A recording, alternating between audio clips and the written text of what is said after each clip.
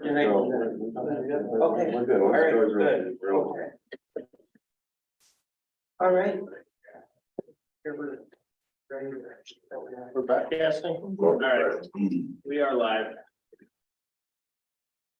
All right, I will make a motion to offer the position to the candidate with the specified terms agreed to with the mayor making an offer. I'll second. All those in favor? Aye. Aye. Make a motion to adjourn at 6:36. All those in favor? Jack second. All those in favor? Aye. Aye. Any opposed? None? Okay, we are adjourned. Now, let's see, I guess. If I can work. Are we gonna do? Public Works. In order. Okay, I call the public works meeting at 6:37. Can I get roll call, please? Alderperson Jack Abbott. Here. I'm sorry, mine is raising on me.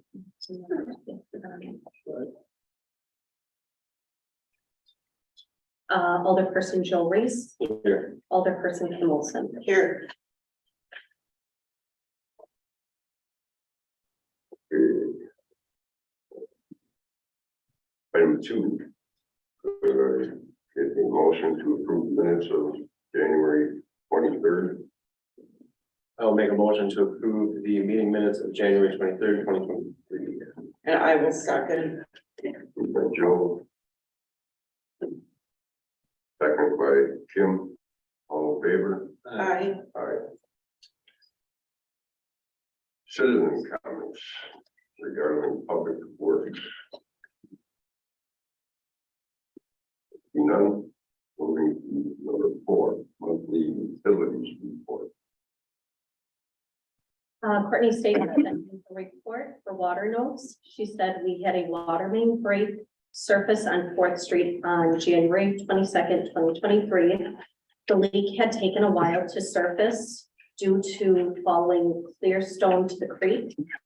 Limestone debris surfaced at the creek entrance to the river near the plant. Contract work took place for iron fitters through Viola. We're working with this company on alternating schedules for rebuilds, and we'll have some information for next month's meeting regarding contractual obligations and changes to all contracts. Well, number 4 is posted for bidding.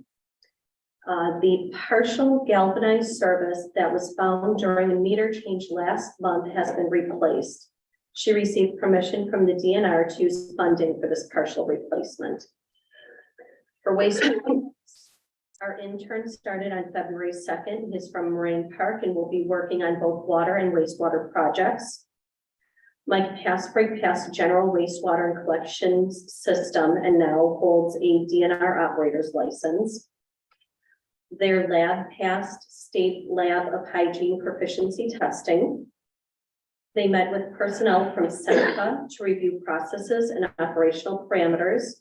They believe they've cleared up all issues related to the higher chloride charges. The Leroy Kikoski lift station had a pump rail separate from the bracket and dropped the pump. Sable rebuilt the structure as well as performed annual maintenance on all lift stations. Alley Street treatment plant upgrades and Muzzy and Allen Street projects have been accepted by CWFP and placed on project priority listings. They'll be meeting with MSA to discuss a few final plans for facilities planning and should see them in March for presentation. Mercury testing for December was of concern for us. Influent numbers were lower than effluent. The lab reran these numbers. They don't have an explanation for it at this point. And that was the end of it. Okay, can I ask some questions? Yes, you may. All right, Viola. Which, back what you were talking about, Viola. Who are they? Veolia was just doing some, according to the notes here, contract work. So We must have a contract with them to replace iron filters, and that's what you're up to. Okay, It's not the same Veolia. yeah, that's, I'm like, what? Different. Different. Yes. Julie can't get in. Any other questions? Yeah, is well for the one over by me? On, No, that's well five. That's well four is on Kikowski Street. okay, It's right above me on Grove. okay. And then, tell me a little bit more about going back to Mike Tasbury. He just got his plant He operating passed his license. general wastewater and collection system, so now he has his DNR operator's license. Okay, is that a relative to the other Tasbury? Yes, that's his son. Relative. Okay. All right, I have no more questions. Any other questions? Regarding utilities? None? Number 5, monthly engineering and planning report. Are you Nick as well? I am Nick as well. He has, he says the 2022 Bridge Street project is complete. They are waiting on a final pay request. 231 Breckenridge has a proposed martial arts studio. He says there's no new information. They're waiting for the property owner to submit the conditional use permit for review. Hocker Self-Storage Development, the proposed self-storage development in the River Knoll Industrial Park is progressing. 2023 street and utilities projects, plans and contracts are being prepared for work on Alley Street and for the metal craft water main. Bid opening date has not yet been set. 2023 PMP project, the county is looking to repave County Highway B next year. Preliminary estimates shared by the county put the city's cost of this around $25,000. The city received 3 bids for the proposed work. The bids are going before the Finance Committee and the Common Council for approval. Hilltop Drive Development, Thomas Letkowitz is looking to get started on his auto detailing and resale business on Hilltop Drive. He will be submitting a site plan for review for the next planning commission meeting. From Nick's understanding, Mr. Letkowitz would like to get started this spring. Where is Hilltop Drive located? So, by the water tower up there. That's High Street. Industrial park. Okay. Of the cell tower.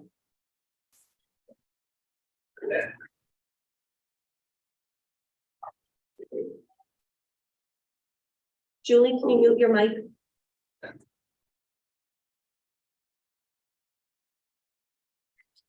Okay, any other questions regarding engineering?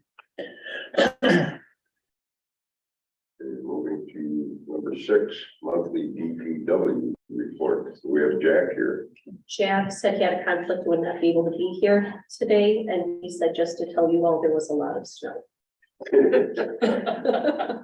So that has been Jack's focus. Okay.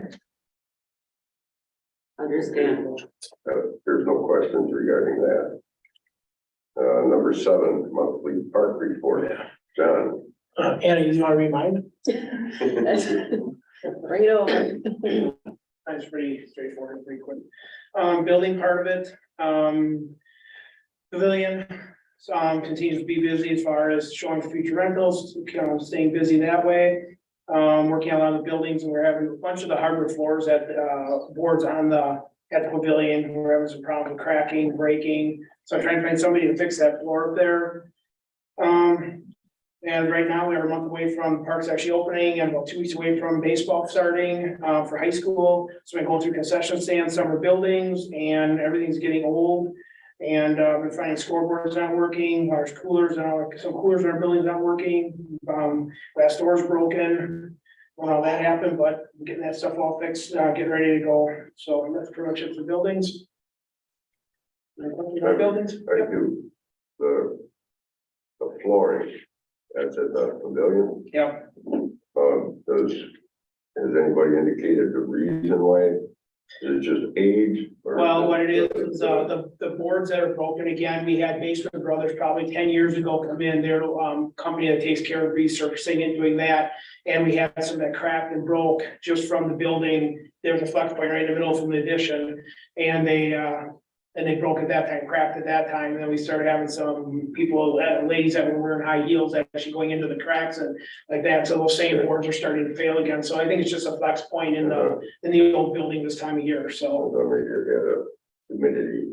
Yeah, no, it's the same boards all the time, it lasts probably, like I said, that 5 to 10 years, and this is that time. Thank you. Is that company still around? Yeah, absolutely, yeah, I get a quote every year, usually every 2 to 3 years, we have the floor sanded and then redone up there to keep it in good shape. Okay, So, yep. So they just haven't gotten out here yet to look at the boards again, replace them and cut them out, and there's an art to doing that to, taking a board out in the very middle of, that's, all right, any other questions in buildings? All right, grounds, like Jack said, there's been extra plowing this last week, with that, I plowed a 2000 F-350, while the transmission started failing this week, so. I do not have a plow truck that is used, I do have a 2012 F-350 that was a hand-me-down from the DPW there, so they got a plow on there that works for me that I'm able to use all the stuff that I do. So we got something going right now with that, but I'm gonna need to get something going on that truck, but it's an old truck. It's been plowing every year for 23 years now. I actually saw you driving it not too long ago, and I thought, why do we still have that? Honestly, I mean, I get it, we wanna use it, but I think that we should at some point really think Yeah. about investing in some newer trucks for you guys, cause they're. Yeah, I know, I got 4x4s holding the bed on the back, and I looked at getting a new bed in the back, but you can't find it, 'cause it's so old, and they only made that style bed for 2 years, 1999 and 2000, there's none in the United States, even the bed's so rusted out on it. And that's the most noticeable thing. Yeah, I know, I get a lot of garbage from people around in there that you can't find something better than that, but the truck always ran good until last week. Yeah. So.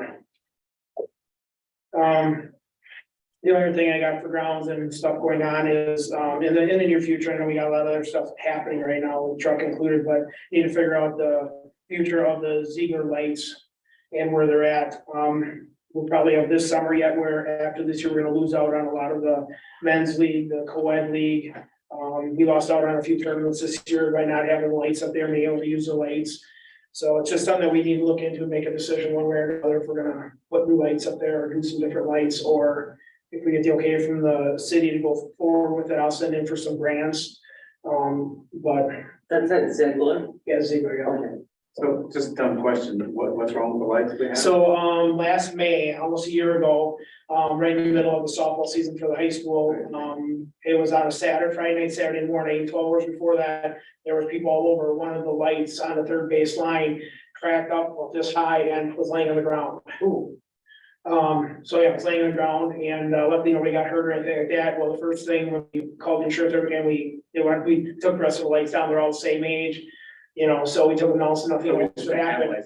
We have no lights, yeah, we didn't last year, so we got through, we figured, sit down with Michaela, and we figured that, you know, we're gonna probably lose between 5,000 and 6,000 in those, in the rec area from the men's league, co-ed league that we can't run.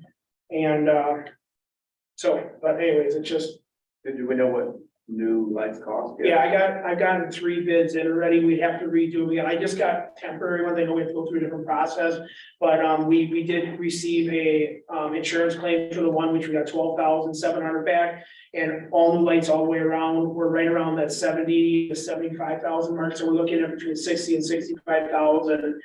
You know, we have to go through the bidding process and all that, make sure it all stays the same, but that was where everybody was, where a couple people were coming in at. Is that all new wiring from light to light, or is the stuff that's? That is the- Used. The 2 of them, 2 bids that I got that came up just to look at to see if we could use existing.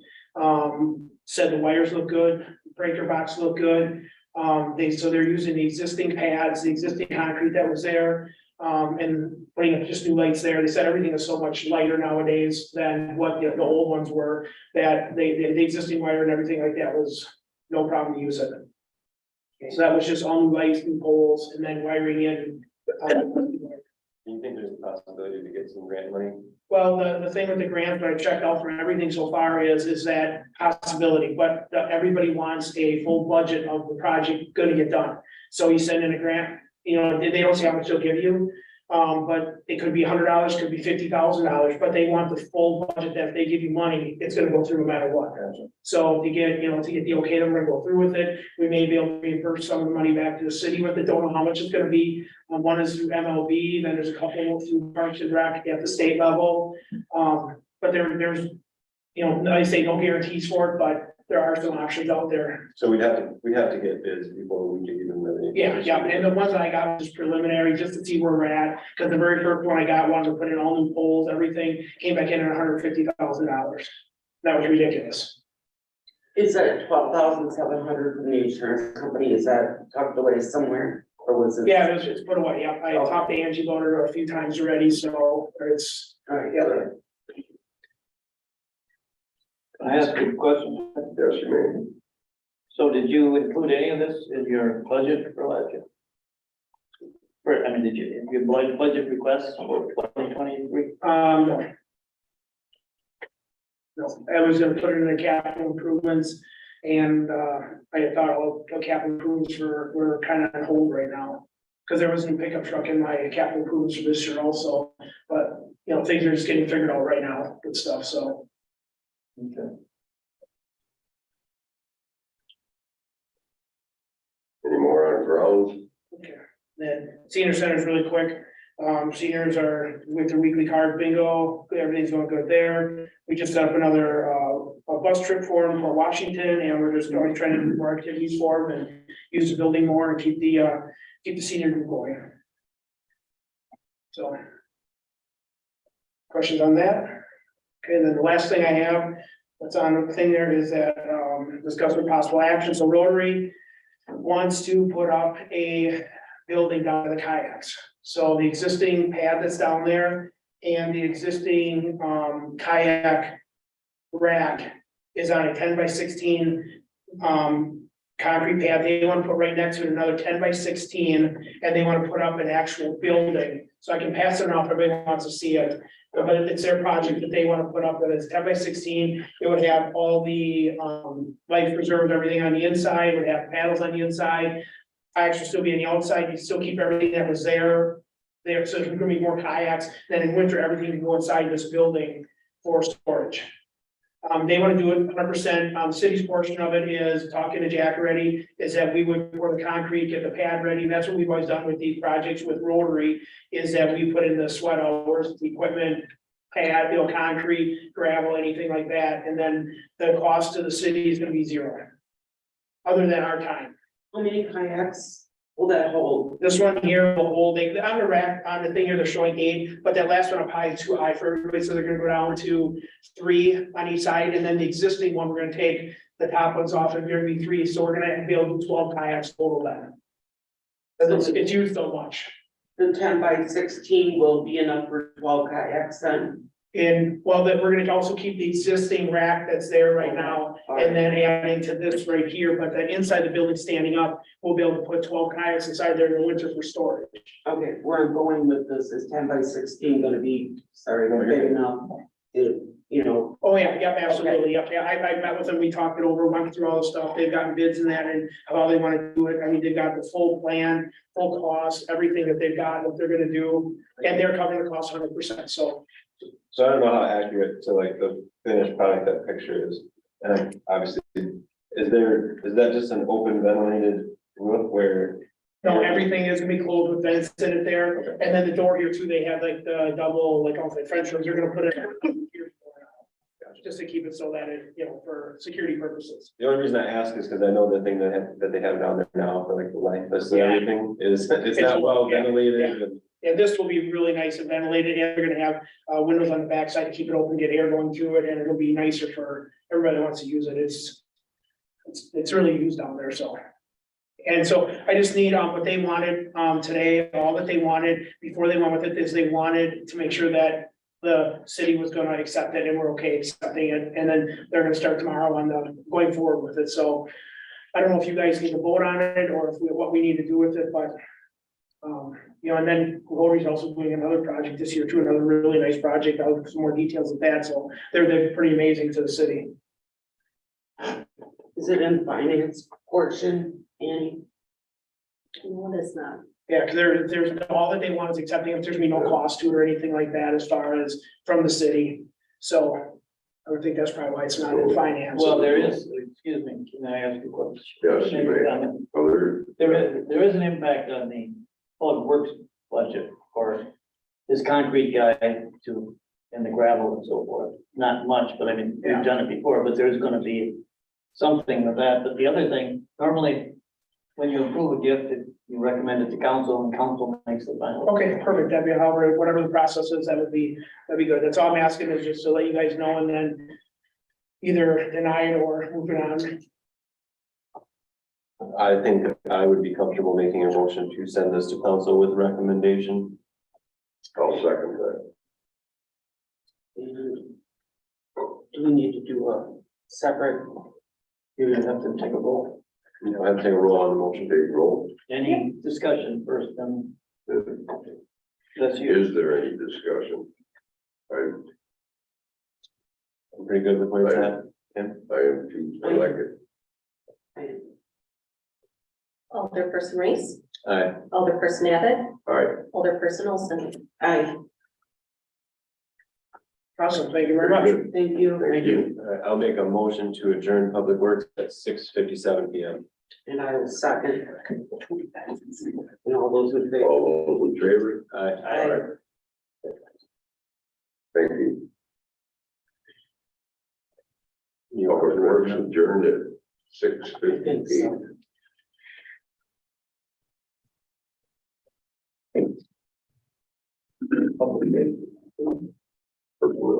Personnel. Personnel. Yeah. Upstairs. I'm gonna call the, I'm gonna call the personnel committee at 6:58 PM.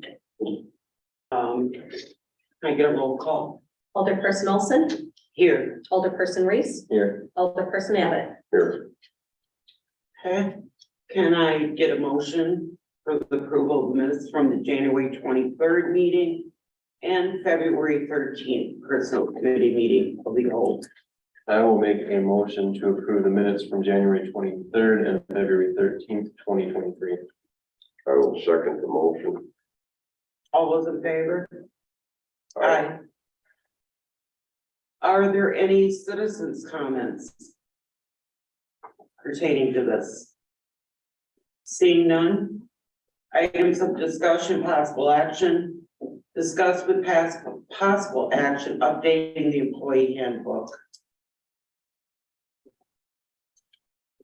Okay, so this is going to take time to do that, so I'm all for updating the employee handbook. How do you want to go about this? Are we going to be having another meeting where we go through it? Is there going to be the select few that are gonna go through it, make changes? How do you?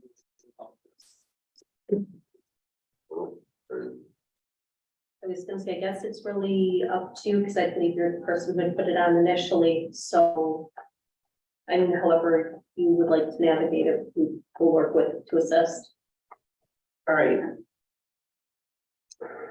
Kim, in my experience, when I've done this in the past, just your committee, if you kind of gather ideas and issues that you think that you want to update and why, and then you can email us back and forth and we can have input and anything we're seeing. I can say them taking over, the benefits need a lot of work. Things like that, and some clarification on some payroll issues. We'll kind of work through that, and then usually it's not a bad idea to then run it past a special attorney that deals with labor law issues and have them review it. So it kind of goes on that, probably several month process.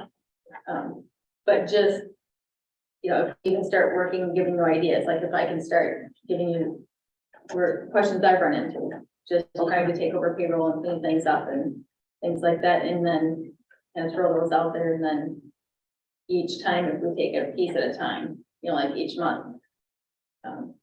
But yeah, your first month is really just getting ideas together. Okay. And. Good. What I would recommend is, only the department heads do, seeing what their input is. Obviously, they have employees that are directly underneath them. And in all honesty, they probably deal with more handbook issues than what any of us seated up here normally do. I agree. Would you like me to call a department head meeting to compile some of that information to be able to Please. provide to you? Yes, I think you could probably just have them send in the recommendations. They've got enough on that. I don't know that they need a whole nother meeting. Just let them, you know, a mass email and let them individually send their recommendations and how it will be sufficient. okay. You got that in? There were a couple of things I noticed. First of all, the one I looked at was from 2002, the year 2002. Does that ring a bell to you? I found several versions, and, you know, we have to keep things for public record, but sometimes it's hard because then people are working off of different versions. Right, So, I'm pretty sure there's one out there updated since then. There's been okay, modifications, but okay. I myself saw a few things that I would like to see changed, so I will let you know that as well. okay. I'll make sure you have the most recent one too. What date is on that one? I'm not sure, but I think there was some edits as of 2020, so, Is that the one that we got handed? or 2018. Nothing. We got emailed, that one. And it could have been in the agenda attachments, the most recent employee handbook and the template from the League of Municipalities there. Can I say something? Who was the chairman? Absolutely. Okay. I believe in 2016, we did this. It took 6 months to update the handbook, and that's the latest one. But you'll find it somewhere. And it took about 6 months to do it. And we should really look at it every year or two because the labor law has changed and other things. This is from 20. That was when we made changes to it. I think there was a few revisions Yeah. that were made. Do we want a timeline on this? Like, should we have our questions or recommendations by next month's meeting to get the ball rolling on this? Yeah, I would say just make sure we don't circumvent any open meeting ones. If everybody sends all their information to Annie and then she can get it and send it to you. So we can just make sure there's nothing coming back and forth or anybody's emailing you that there's, you know, no cross discussions. We can make sure everything's still open. Okay, But I would think we could easily get a list of, you know, issues and recommendations and From the department. from the departments. Yeah, we could easily get that by next month. okay. All right, that's what we'll do. So good, then. Do we need a motion to table this then? If If you probably, table it, it reoccurs every meeting. yeah, Take no action, it disappears. yeah. So I would make a motion to table this until the next meeting of the personnel committee. Okay, I will second that. all those in favor? Aye. Aye. I'll make a motion to adjourn personnel at 7:05 PM. I will second that. All those in favor? Aye. Aye. Meeting adjourned. Okay, where we got going here? What's next? Public safety.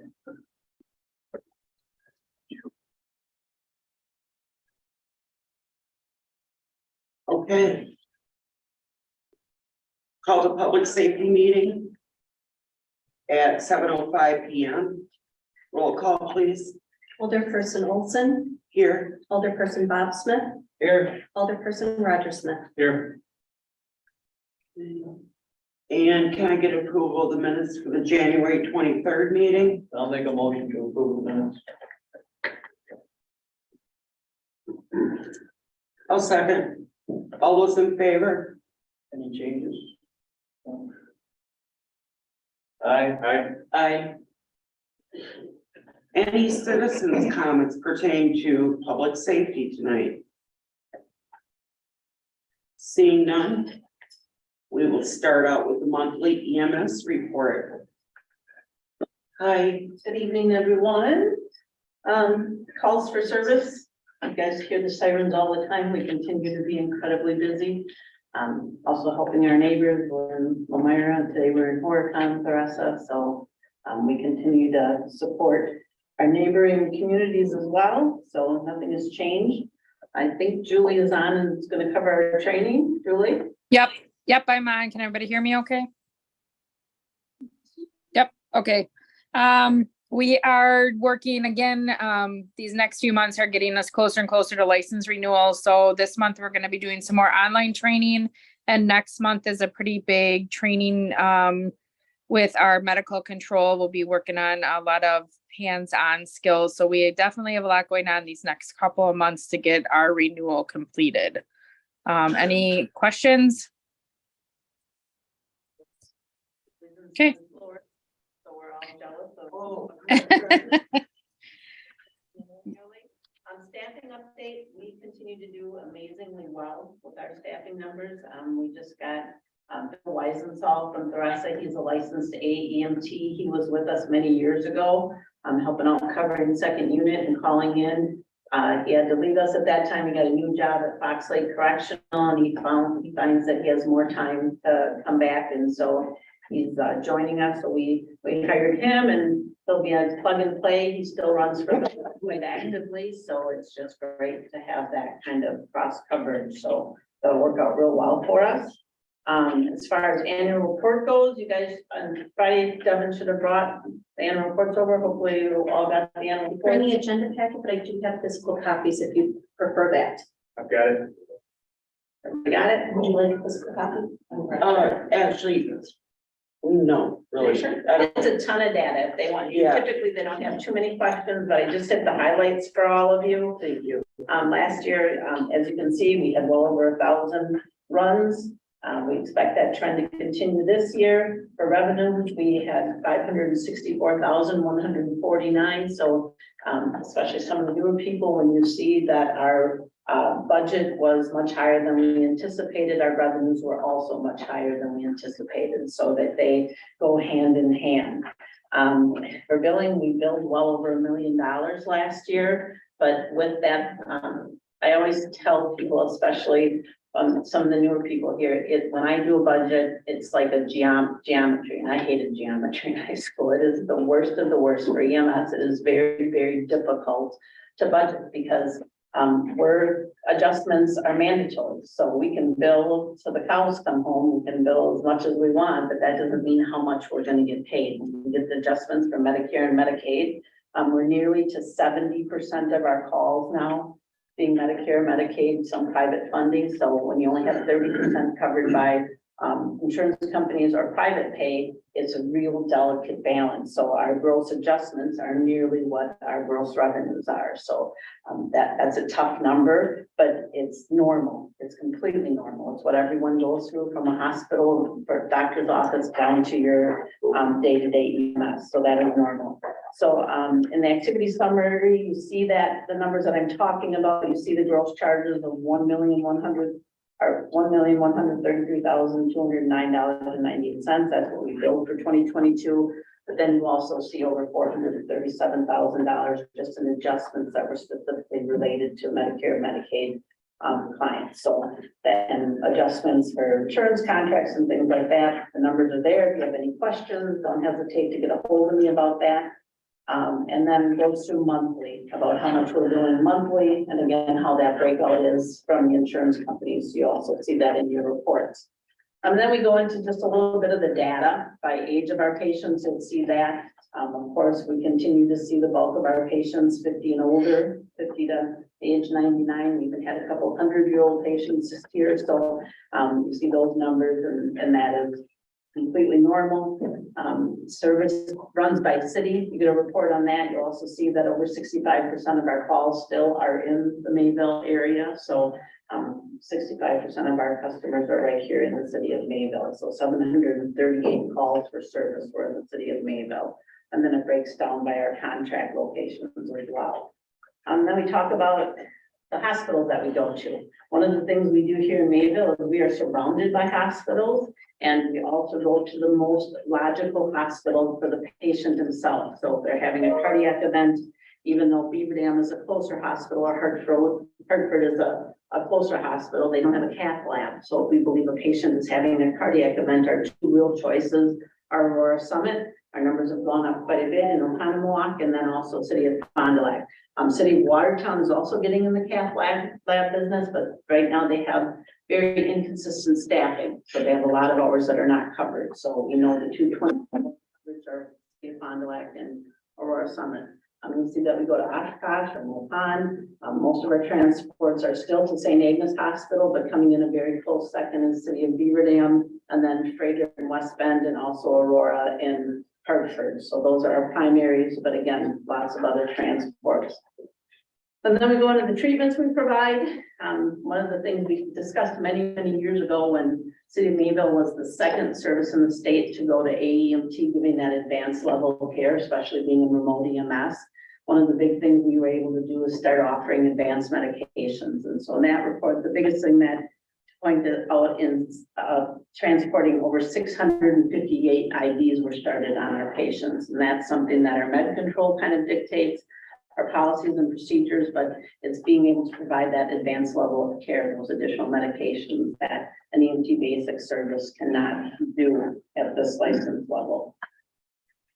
And then the very last thing I had was just again, talking about numbers, and numbers are my favorite. If we do the aging, the last page of the aging summary, we have about $209,000. So when we talked about that, almost $600,000 in revenues, that didn't count our collections. We had an additional over $14,000 collected by the state intercept program, but also the uncollected revenue. So it's money that's still outstanding to us that hasn't been paid by an insurance company, Medicare, Medicaid, private pay, and right now that's a little over $200,000. The guarantee amount in that big, very large number is $80,000. We're expecting $80,000 that just hasn't been paid by our insurance yet.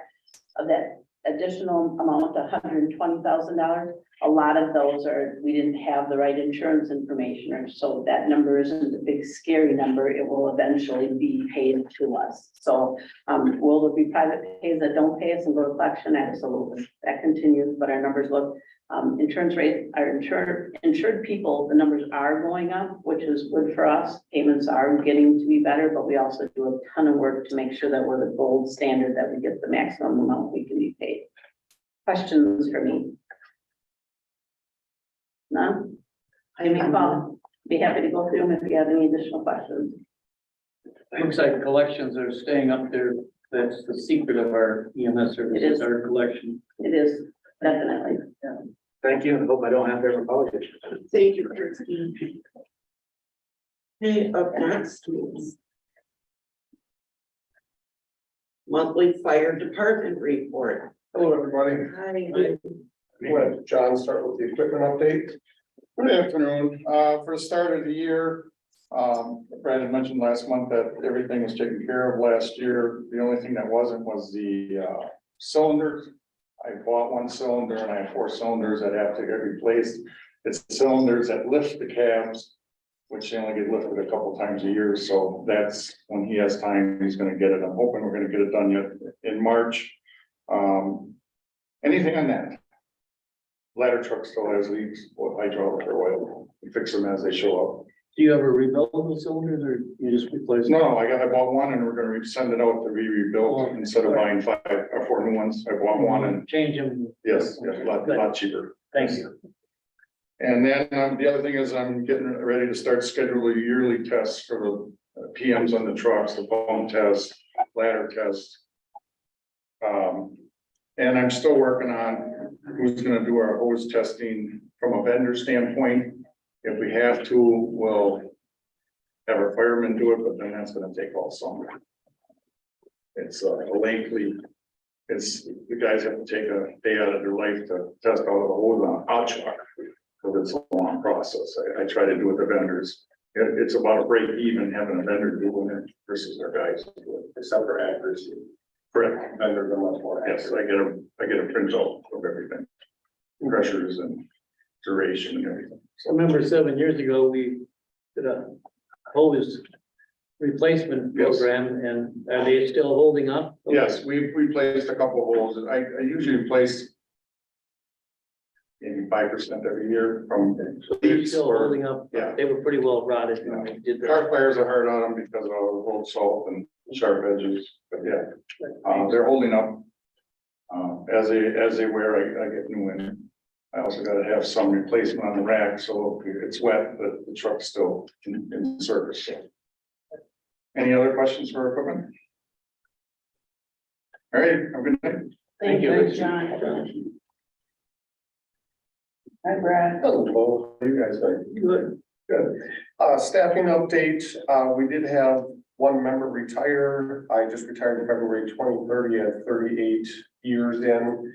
One of the issues, as I brought up last month, is the passing of one of the older members. It was pretty impactful on the other older members, so I think we're gonna have a few more that are retiring. These folks are pushing 70 years old and realizing maybe this isn't the right thing for me anymore. So with him retiring, that brings us down to 20 members. The good news is we had a member that replaced him. He is about 20 years old. He did not start his fire department or hazmat class yet because they only are offered about twice a year. So we have to wait for that to come up, which will most likely be this fall. We also have 2 members that are currently enrolled in firefighter 2. One member that's enrolled in driver operator and aerial class, and one member that's enrolled in emergency services instructor class.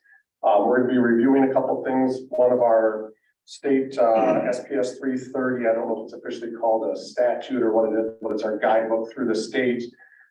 Being a municipal fire department, we have to follow that. There's some updates that were done, and we need to get some more training for basically the succession planning of when officers are leaving. The gentleman that just left was a captain. Now to become an officer, you have to be a certified fire officer 1, which is another, it's a lot of hours, 60 additional hours plus you need emergency services instructor, which is another 30 hours. So just to replace him, somebody's gonna have to train another 90 hours. It's just becoming a lot. So it's hard to get these folks to show up to fire calls, let alone, do another 90 hours to move up. In the department, that's really not gonna advance them anywhere. It's just another position in the fire department. So but we'll keep on pushing for it. We'll keep on motivating. We do have a lot that are ready to do it. I hope we just can keep that morale going and get the folks through the class. So I'll keep you updated with that. Also with personnel kind of staffing, we just had our training through the EMS. Thank you. It was awesome. We had our CPR and our bloodborne pathogen. We've been trying to figure out a way to best help EMS. They are super, super, super busy, just as we're super busy. It's putting a very, very heavy load on the folks that we do have remaining. In fact, we're running a lot more calls per person per year than we ever have before. So we're trying to find a way to work better and make us a little bit more efficient. So what we decided is anytime that we get a CPR in progress or a pulseless non-breather call, the police automatically responds, EMS can be dispatched. If we're not automatically dispatched, we're going to have one of our firefighters dispatched, both like Mike being on the EMS or Kirk Knoll being on the EMS, so that we'll be able to help out the EMS, because if not, it basically puts at least one ambulance out of service, right? Right. And the biggest thing is that, especially when we're staffing an ambulance with 2 people, imagine a CPR call now where we're continuous concussions, we can't stop that. And now we're trying to get them down from upstairs or downstairs, wherever the pace may be. Having those extra hands on our firefighters are all CPR certified, so having the extra hands there immediately instead of waiting for a page or waiting for a request for those services just gives us more tools in our toolbox to make sure that we're giving the patient the best results we can. And it could be something as simple as providing them a driver for you. In fact, we may not even have to do CPR, it's just having somebody drive the rig for them because they're down to two people. And then Help them carry them down the stairs, help them carrying up the stairs. Yeah, so we'll start assisting EMS. In fact, I think that happened last week already, right after the class. So any questions about my report so far? You're able to respond if necessary in a private car, to a lift assist or something like that, or aren't you? Yes. You are. Yes, we can. As long as we're dispatched, we're covered. That's the main thing, is we have to be dispatched, because if we just hear it on the radio, that's not a good thing. We need to have one of us call in to dispatch it, then we're pretty good to go.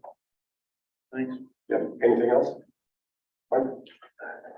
Thank you, Brian. Thank you. Good evening. We got calls, our fire calls year to date, we're gonna, since we weren't here, we're at 12 for the year. Since last meeting, 2 of those calls were EMS assist calls. One was for the smell of gas. One was a medical examiner assist. We had 1 fire alarm, and then we had 1 elevator rescue call. So we're currently 12 year to date. Any questions on our calls? Elevator rescue call. Was at, I believe, St. John's. Yes. Is what it was. They had a new elevator put in. I guess that's problems, and somebody was trapped in it. Oh. So I think Brad was on the call. He can answer more, and I was not there that day. I didn't even know St. John's had an elevator. We didn't either. Yeah. They got a brand new one, and unfortunately, I don't think all the installation were followed, and we didn't even have keys. I was working to get a key about 2 weeks ago, Chief. PD didn't have one either, so we got a key for it. We went down there, and the actual release that you need to open the elevator, because if they go below floor level, we can't do anything. We need a key to get into it. They didn't have a key for that either, so we did make contact directly with the person that installed the elevator. They were gonna be dropping some off on Monday. That was a week ago, and I have not. Have you heard anything, Chief? We don't have any updates. We still don't have keys. So I did ask them to put it on service until we at least had the tools to Yeah. get it taken care of, but it sounds like it was a malfunction. They said the elevator tilted sideways, caused it to go off track, so there wasn't anything we could have done. Keys wouldn't work. Yeah, nothing. So, Jeez. any other questions? Thank you, guys. Have a good Thanks, evening. guys. Thank you. Thank you so much. All right, monthly police department. Hello, Ryan. Good evening. Police report for this month is, not very long. We're about 460 calls for the year, which is about on par for last year. Our Citizen Police Academy is starting up here in the next couple of weeks. We still have a couple spots open if anyone's interested. All the officers are attending in-service training right now, which is state mandatory training of 24 hours. So we have officers going 2-3 at a time for that. We just had one of the officers finish up firearms instructors schools. We have another firearms instructor to assist for some of our in-house trainings. We don't have to go outside for that. Our part-time administrator is on her 3rd week and is working out really well. It's giving Judy some relief, and she's picking things up quickly. And it's been a great help. For the police department, that is really about it. Emergency government, I just want to note that I do have an agreement signed and paid for this year that was budgeted for a maintenance plan for all 7 sirens. And they're going to do a complete go up in a ladder or a truck and take them apart, maintain, grease them, whatever they do with them, and put them all back together so that they're good to go before the season starts. We're going to track this year through the maintenance before the season. So, yeah. And that is pretty much it. Any questions? Not here. Not here either. Thank you, Ryan. Thank you. Can I get a motion to adjourn? I'll make a motion to adjourn. I'll second it. All those in favor? Aye. All right, we'll call the finance committee meeting to order at 7:25. If that clock is right. Which it isn't, I guess. Alderperson Bob Smith, Here. Alderperson Joe Reese, Here. Alderperson Roger Smith. Here. That's on the pledge of allegiance. We'll skip number 2. We've already had the pledge of allegiance. Right. Item number, is everybody okay with that? Yeah. Okay, item number 3, approval of the minutes. I make a motion to approve the minutes from January 23rd, 2023. I will second that motion. Any changes or corrections? If not, all in favor? Aye. Item number 4, citizen comments. For finance, seeing none. We'll go to item number 5, tag center report. I am Michaela tonight as well. She did not give any details on the membership report with what she sent me, but for staffing, she said they're still looking for lifeguards to work on the weekend. They are also looking for part-time front desk clerks and a night weekend cleaning and maintenance personnel. These positions come with a pre-tape center membership. For the maintenance report, she said today the rain completely took over their roof. They had several leaks throughout the whole facility. The roof was fine during the snowstorm last week, but the rain became a big issue. And she asks if there are any questions or ideas on how they could move forward. Please contact her or Scott Coleman'sberger, who is, I believe, does maintenance over there. So is that on the agenda to do major roof repair if there are leaks? I am not, she did not. I think this was the first issue she had. Yeah. For today. Okay. They had some minor leaks. It's a new, I think, a new membrane room. And it's got a warranty. I don't know, I'll have to. It wasn't done that long ago, and I know we've had it repaired once or twice.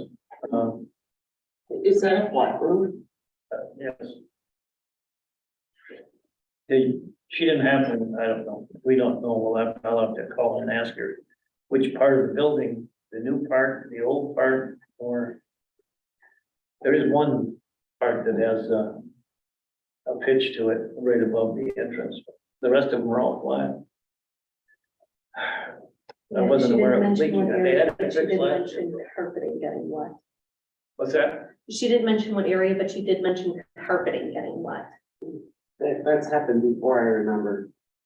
Yeah. Well, we can ask her to be more specific, that makes sense. And for recreation, she said most of the spring leagues are coming to a close in March. She's been planning and setting dates for the summer activities, including men's softball, women's softball, outdoor bag toss, co-ed, volleyball, and potentially more pickleball.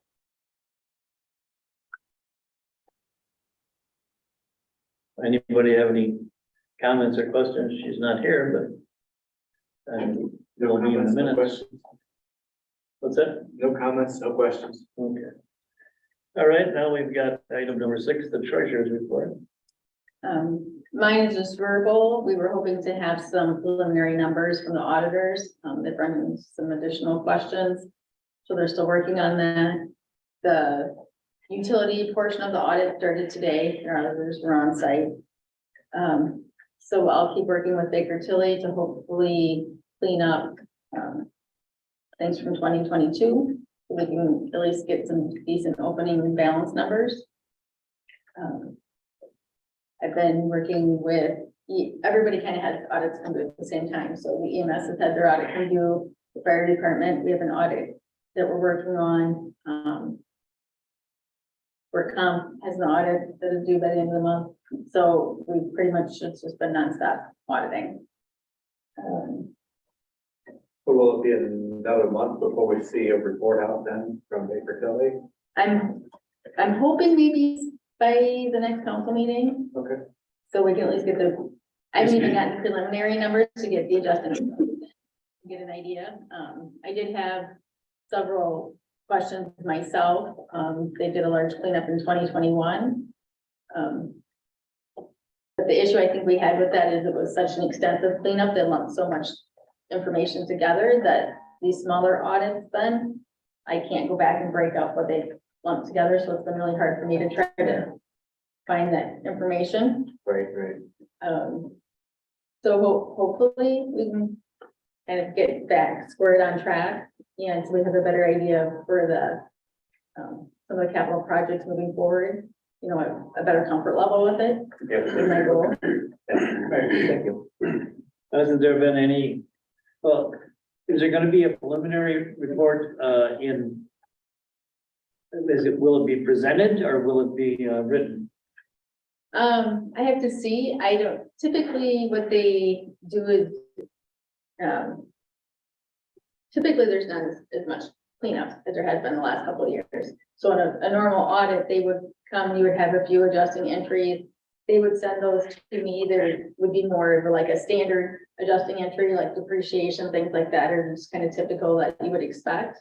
And I would do those entries, get the books back to Baker Tilly, you know, for their review. But this one, I'm guessing there will probably be a preliminary if more questions come up. You know, they may want to come and have a meeting. So that's what I've been pushing them as fast as you can push them without, I mean, obviously they have other clients. But I have been on them pretty good about hopefully trying to get this along so we have a better comfort level for a 2023 budget. Because I also think we're gonna have to do some more work and look back at some things on the 2023 budget. How handicapped are we by not having a starting point? Pretty, I mean, I pretty much You can told, do payroll and you can pay checks, but you can't do much more. yeah, I think tax collection pays for the majority of your base level expenses, so you're okay there. But we still have a lot of projects in the works that I have to get a better handle on when that funding is due and what we have and where, the leftover bond proceeds are going, things like that. And the status of the other projects, we have the ambulance coming, well, 4 projects going out for bid. So there's a lot of things in the works that are gonna come due, and we have to make sure we have that coverage. We have to start talking about capital projects and bonding pretty soon. We're getting behind. I don't know that we're behind, we just gotta figure out where everything is and where it's supposed to be. Okay, anybody else have any questions? Anybody? I think I'm just voicing everybody's concern is just how long it takes to rectify the challenges that we have. Yeah. It's not throwing stones at anybody, just darn. I need to get this behind us as quick as we can, after the office, right? Yeah, and that's where we're trying to find, is there something we can do, our additional resources or anything like that to help move it along so we have a better understanding. Yeah. Thank you. Okay, item number 7, discussion with possible action items. There are several there. First one is Rock and Boom and Audubon Days accounts. Do we have balances on those? Do we know? Well, this I have to get more of an understanding. If we track them separately or how that all works. So I have to understand what the question is. Well, they usually have money left over from their projects, and that money applies to the next year's activities. And generally, they pretty much know. I don't know if anybody here. It's in the packet here, so if you look at what they gave us for last year. On fireworks side of things for the Rock and Boom, total revenue was 149,365 and some change. Total expenses 120,535 and some change, with a net profit of 28,830 and some change. And then Audubon Days, I'll just skip all the preliminary stuff here and just say they had a net profit of $39,281 and some change. So it's just a matter of how do we keep that separate from each other and separate from our budget. And I think there was just concern with the city being a pass-through for it, if I remember correctly. Is that all right, Bob? Yeah. Was there some discussion about one of the other organizations taking over managing the funding for fireworks and Audubon days. Audubon days, fireworks, we said we'd leave with where they were. That has because they have a liability policy, they're gonna do it the same way. The discussion centered around whether the city has any liability for projects that are handled by Private citizens. nonprofits, Yeah. and the way we got around it before is we had a contract with each nonprofit. And we used to have one with, I believe it was the Chamber of Commerce, and they're no longer interested. So now that would be I think it was, Kirsten handled the Audubon days last year, if I remember right. And, with the last time we talked to her, we tabled it, and she was going to get back to us with another organization that we could contract it through, so that there would be we were able to use the city's liability policy. And then, if I'm wrong, somebody correct me, because I think that's where we were on this. Well, I don't. So I'm just going back to, the attorney's email with the previous clerk.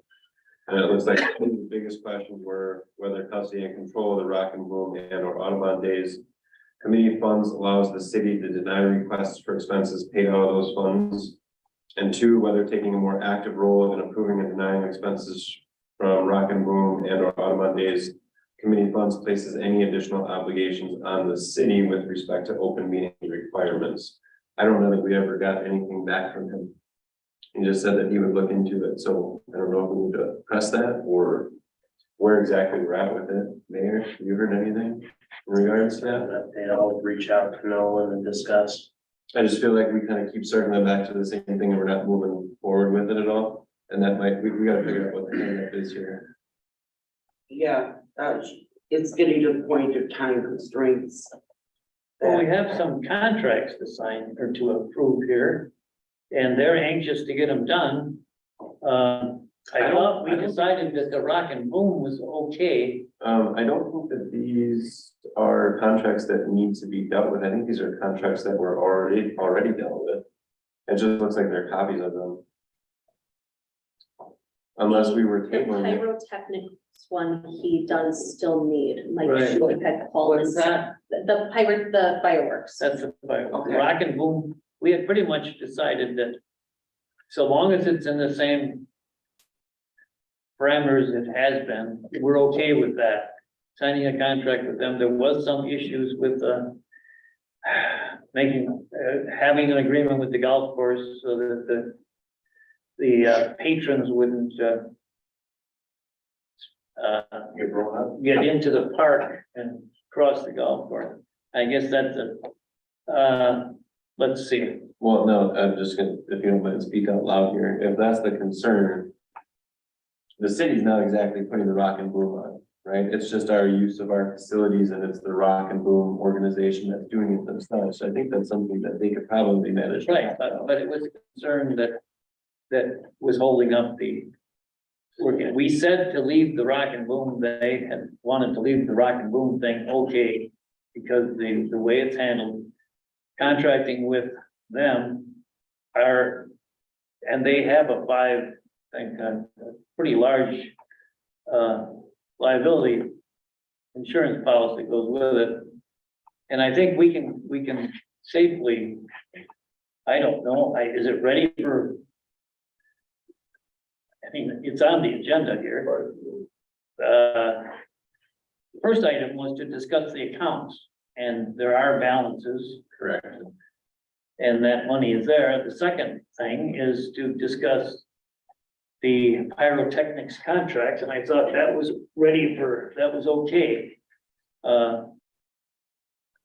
And we have a request from them to sign the contract. I guess the city would have to sign it. Mayor, did you look at that? Are you comfortable signing the contract? Nobody's provided a contract for me to sign. So I'm not even aware of the attorney having reviewed it as of yet. So in the packet, I mean, we definitely have the contract somewhere. Yeah. I'm not sure why you don't have it, but Yeah, Has it here. it's been, definitely in the packet. Right. has it been reviewed by Nolan? That is a question. I don't have a line of sight to. That's more in line with what I'm referring to. I mean, Yeah, fireworks display contract, January of 2023, and they have to get it back before a certain time, $13,000 there. So, if I'm speaking on a line here, feel free to shut me down, but I think we can send that to council with recommendation pending attorney review and just move that part of it forward. Well, that's unless the mayor wants something more done to it. I mean, is there a representative from the, This is something that has gone on for years. So what is it that's going on? the, Fireworks. yeah. You just change the dates. It's been pretty consistent. It's the Rotary that handles this, right? Or is it the Did you, Lions? Who is it that handles the fireworks? I believe it's Rotary, correct me if I'm wrong. That's what I'm asking. All right, so I guess we could approve it, subject to attorney review and send it to the council, and hopefully there will be somebody from the Rotary there to explain it. And I'm surprised they're not here tonight. All right, I'll make a motion to approve the Spectrum Pyrotechnics contract for the Rock and Boom pending attorney review, pending attorney approval. I'll second it. Okay, please take the roll. Alderperson Joe Reese, Aye. Alderperson Roger Smith, Aye. Alderperson Bob Smith. Aye. All right, then we got the Audubon Days is not on the agenda. It was just to talk about the balances, so I guess that will have to come back. Item number 3, discuss with possible action land lease. That would be Mr. Pink, I believe. Hello again. Hello. Our yearly get together. We tabled this before you were gonna get back. Did you find a way into the farmland? Well, after talking to Jacob, he said they just went through the parking lot and just. Been lucky That's the last kinda few what I years thought. that it's been dry, so I can. Well, usually you're in the field when it's dry anyway, Yeah. so. I just know the original year, whoever had it before you, yeah, I didn't know that that was an extremely wet year, so. You were the one that was concerned. Are you satisfied? Yeah, as long as I'm allowed to go that way. But I would say just my personal opinion, have a courtesy, right? If you kind of mud it up, just come back and scrape it off, no big deal. Cause yeah, I looked at that other entrance and that's it's your ATV entrance. Yeah. And you're committed to a contract that you want to dispose of. Are you happy taking over his obligation? Yeah, we were just wondering, can we with the city just change the ownership of that contract? So, Yes, we can. If Okay, you're so we agreeing, can- willing to pay so we the, don't have to play the three-way game. no. If you're willing to pay the same rate that we approved before, I think there was some renewal, no, I don't think there was a renewal. No, I believe we don't have anything, it's subject to Nolan's approval. However, yes, that's what we were looking for, was somebody to take over. I mean, you can have an agreement between the two of you, and I will make a motion that the council approves an agreement between the two farmers to transfer the rights to the rental, subject to a review by the attorney if necessary. I will second that motion. I think that's about the best we can do. Any discussion here? Second year, the 3 year. Okay, all right. Please take the roll. Did you get all that there, Ann? Motion to go to council to approve the transfer of rights between the two farmers pending attorney approval. Review if necessary. Yes, Mayor? Attorney- I would just suggest, just for terminology, that an assignment of the lease, which was referenced in the original. Okay. Transfer. We're approving an assignment, is what Right. we're doing. Yep. Under the original terms, but that legal phrase in there. For the balance of the, whatever. All right, any other discussion? Please take the roll. Alderperson Bob Smith, Aye. Alderperson Joseph Reese, Aye. Alderperson Roger Smith. Aye. Thank you, guys. I just had one other question, maybe it was for the other committee, but where those storage units are, do you know when that land is gonna be transferred over to? We can't really talk about it, it's not Okay. on the agenda, however, I would say. You could call City Hall and they'll be able to, Okay, you could call Nick or. Yeah, call the engineering department, he'll be able to tell you. because every time you sell off a chunk, it goes through FSA again and then you Right. gotta read it. Okay, but we can't really, Okay, thanks. All right, item number 4, discussion of potential residential development located at the south 5 acres of 305 South Clark Street. Gloria, that's yours. Here's the attachment if you want it. Did you have anything you wanted to project? Yeah, that might be helpful. I know Tom was trying to call it. So emailed the link. It does. And I'll, before he starts, I will make the comment here as the chairman, that this is just a discussion, there's no action here, this is just to make the public and the finance committee familiar with the interest that there is in vacant land and development remaining in the city. And this is purely for informational purposes. All right. All right, thank you for the time. So yeah, as Bob said, just for discussion, we wanted to collect any questions or feedback before we revise plans and took this to the plan commission or city council for formal action. Parcel we're looking at is just south of the Crossroads Care Center, about 5 acres. And this falls within TID District number 6.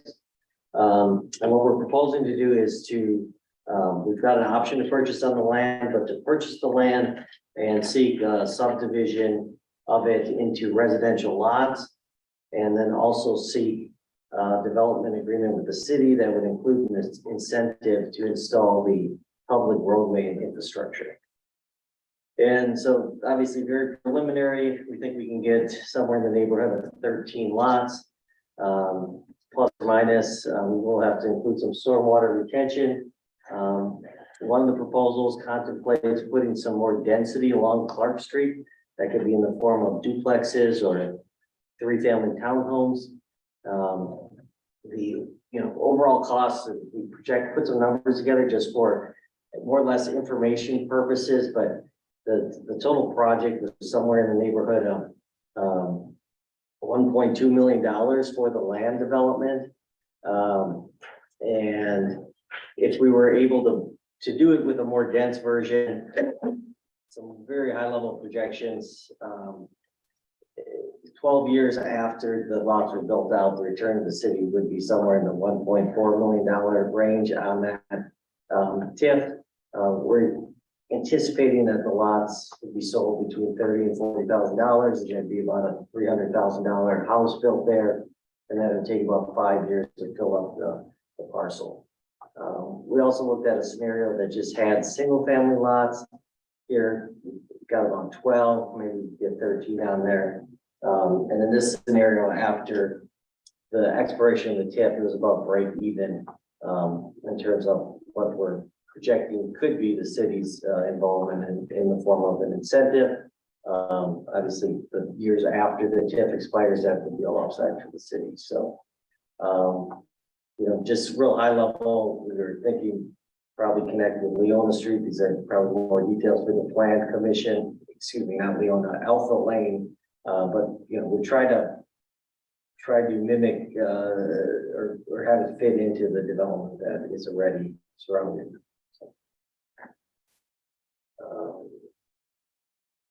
Do you have a projection of where the most demand is for single family homes or for multifamily homes?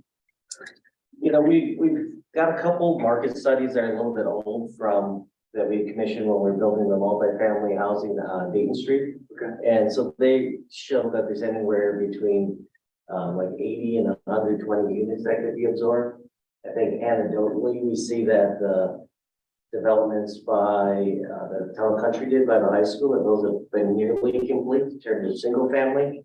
There's also, a lot of interest, or at least seems to be interest for some of the duplexes that were built along Maple Street. So, that was why one of the options kind of contemplated a little mix of that, so you have some of the single family against the woods and some of the duplex or three family up along the road, to kind of serve both of that, because in one context, some people want to downsize, move into a duplex or smaller home.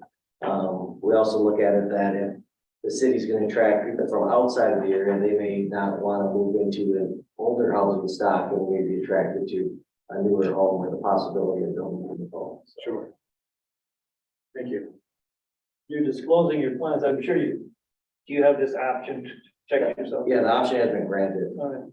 And for the council's benefit or the committee, or whatever, this goes to the planning commission, this is preliminary, but this part is in an established TID that we created, I think, 3 years ago. And, but TIDs are restrictive as far as residential.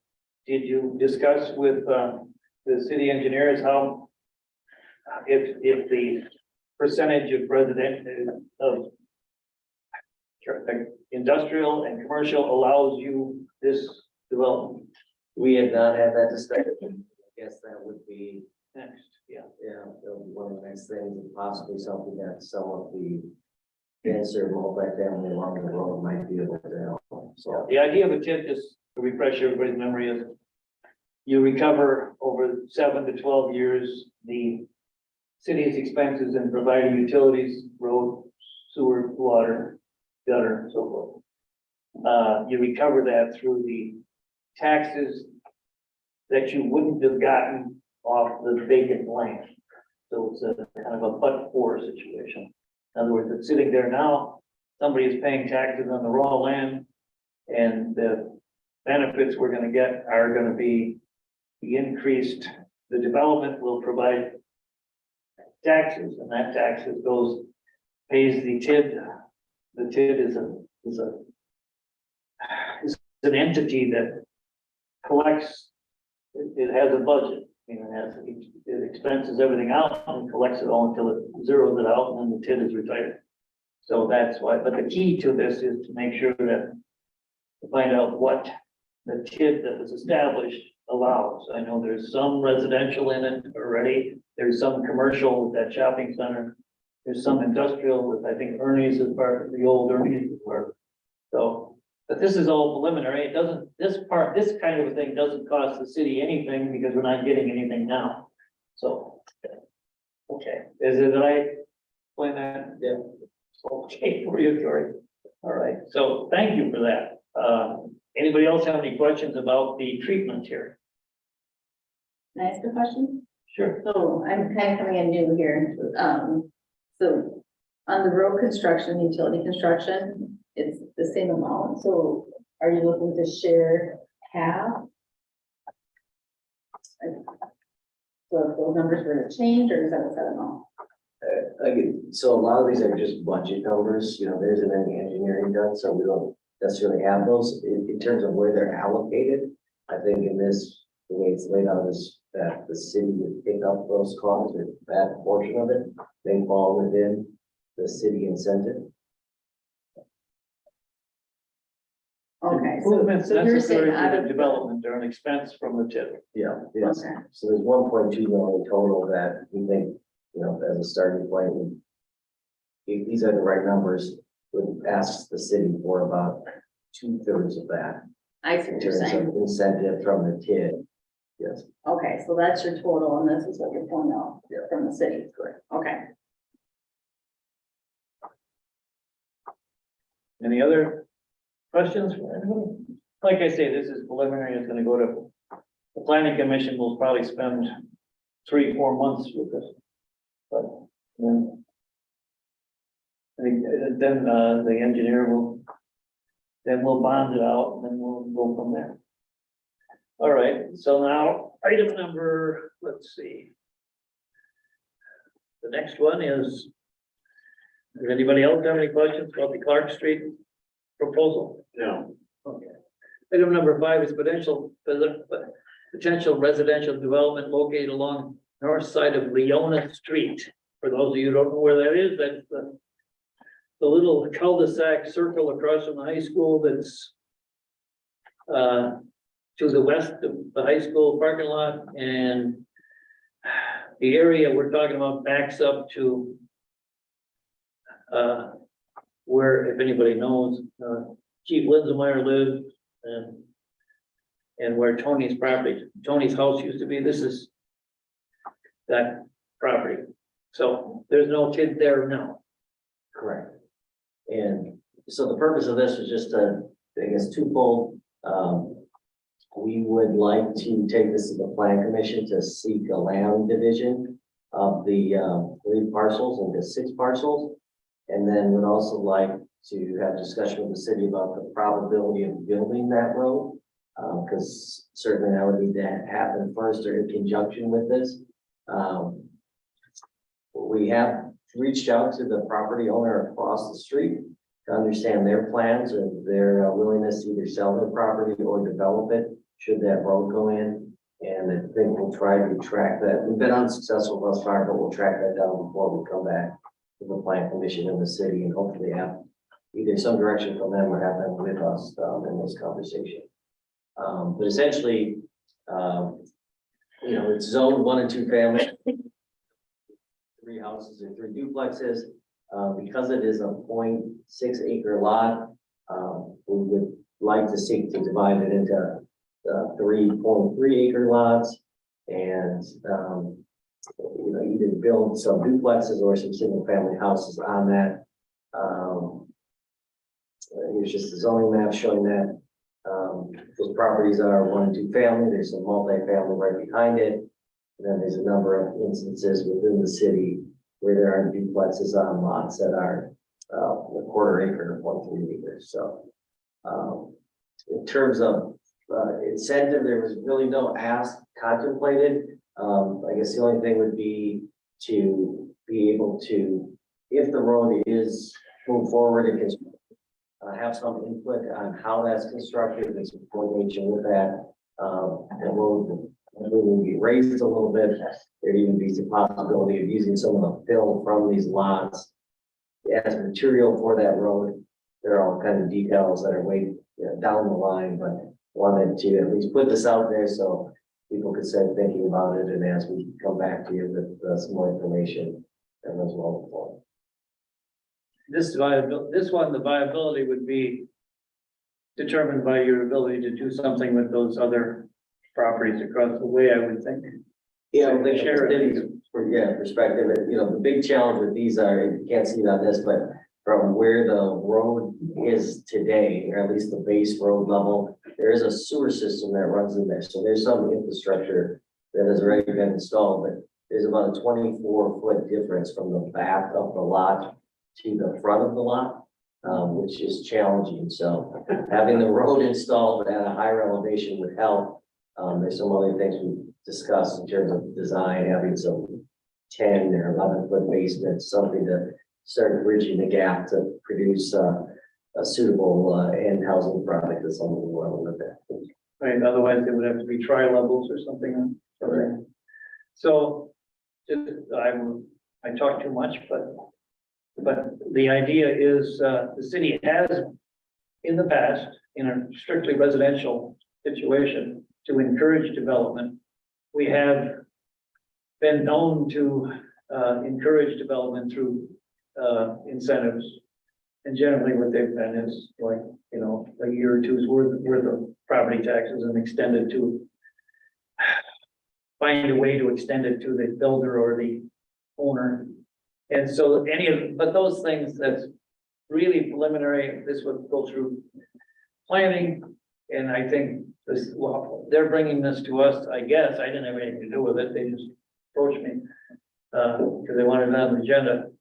But the fact is, the council or the committee can show its enthusiasm for development, I guess that's the reason, unless you have, and now it's all here for people to see. There's options of side by side, there's options of density, there's options of single family, so the public and I don't know whose word this is, I think, it's in my, and you'll get some input there. Yeah, so I just, real quick, I mean, this is ultra preliminary, right? Because I see you have no figures attached to this, you guys don't, you're not at that stage yet, you're just basically trying to see if this dream is even a possibility at this point. Yeah, we did meet with Don and he thought he had some numbers on, at one point they had an estimate of what it would cost to build the road. We've not seen those yet. I think he's still looking for those, so we can share those when they're made available. Do you have this property, optioned also, This one, yeah, an option has been granted for each parcel. one side of it? Correct. So we appreciate your interest in improving the city. I think, anybody else have any questions, anything? Anybody? I don't have any questions, just pleased to see that there's some, something that wants to build more homes. Right. All right, thank you, Corey. Thank you, Corey. Nice seeing you again. Likewise. All right, now, let's see. Item number 6, discuss with possible action, Coastal Engineering recommendation, City of Mayville paving and milling project bids. Did he just send a report or did he? Nick just sent the report to attach, That's it? did not Okay. attach. So you can see, if you read it, thank you, Cory. If you can see from what he's got there, the 3 bids, which, little unusual having, price for ton of asphalt, all this out there where his competitors, all the competitors can see it, but I guess that's what they're doing these days. But anyway, he recommends the lowest bid. We've done business with Northeast Asphalt many, many times. And they are reliable and they're usually the cheapest and they generally show up on time. So unless anybody, I will recommend accepting the bid for, let me see here, Northeast Asphalt at, what is it, $38,000? Hold on 1 second, Bob. I don't want to derail you here. Yeah. But I'm just reading through this other email from Nick. And they've got a part in there, with their recommendation. They're also figuring in the roughly $24,000 that the county has advised us will be the city's portion of county highway. Yeah. Right. I just want to make sure we get that in there, so it's not Right. lost. Not trying to cut you off. No, I was aware of that. County Highway B, is that going out of town to the south or is that coming in? Does anybody know? County Highway B goes out by 4th Street there and then comes in before Clark Street. I'm sure it's going, it's over there. Is it that B or the other B? I'm sure it's got a, County's redoing a V from 49. It's the other B. it's the other B going north. Okay. Sure. Yeah, by Metal Craft. It needs. Okay, but that's our share, and I guess, yeah.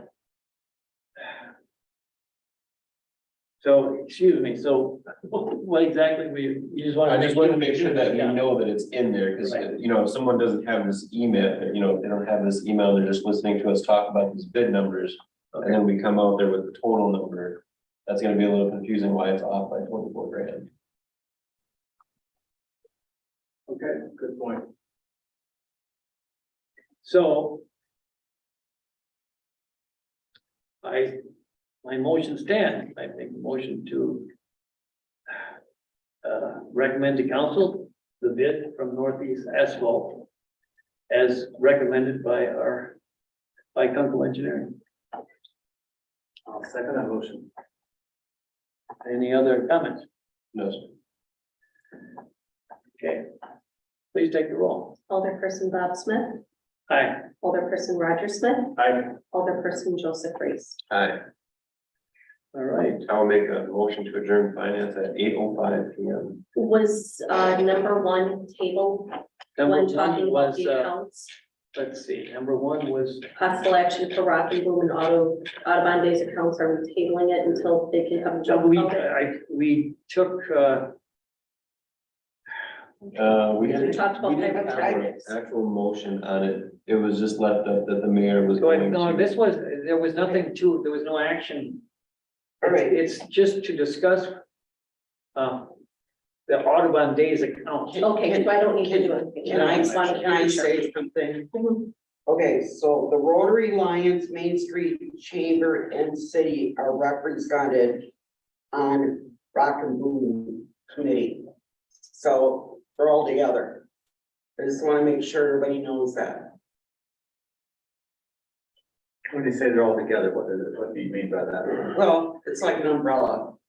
It's a consortium of those organizations forming to put on the Rock and Roll event. Oh, okay. Right, but that doesn't, that, we tabled it, we didn't discuss it because it included also Audubon Days, and that's still up in the air. Correct. So I think that we didn't table it, but it will have to be put on the agenda again for us to discuss it in the future. Yes. And whether or not we're gonna use the city to funnel through.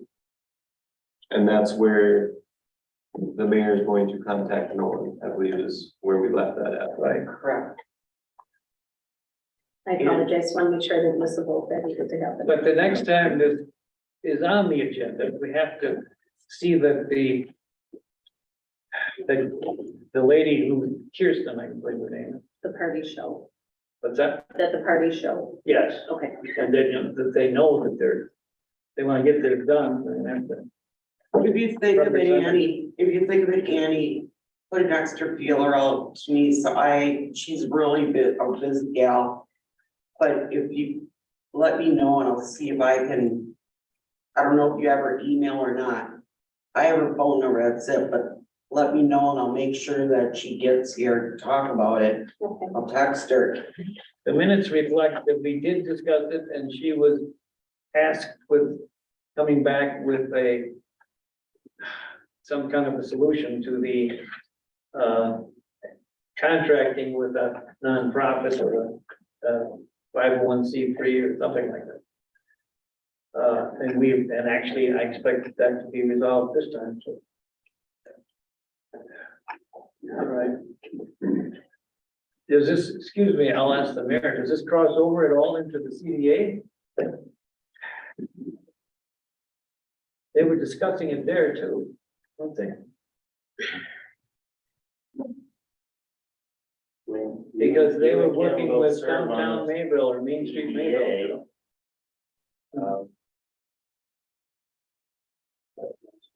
Okay. All right, I guess Maybe, that's a maybe. Not for sure.